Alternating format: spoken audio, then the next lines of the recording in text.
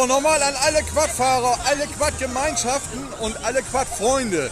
Wir von der Quadgemeinschaft Wesermünde wünschen euch ein frohes Weihnachtsfest und einen guten Rutsch ins neue Jahr, auf das 22 nicht ganz so bescheuert wird.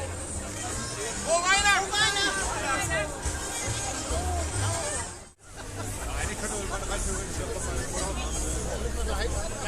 Vor dem Foto müssen wir auch machen.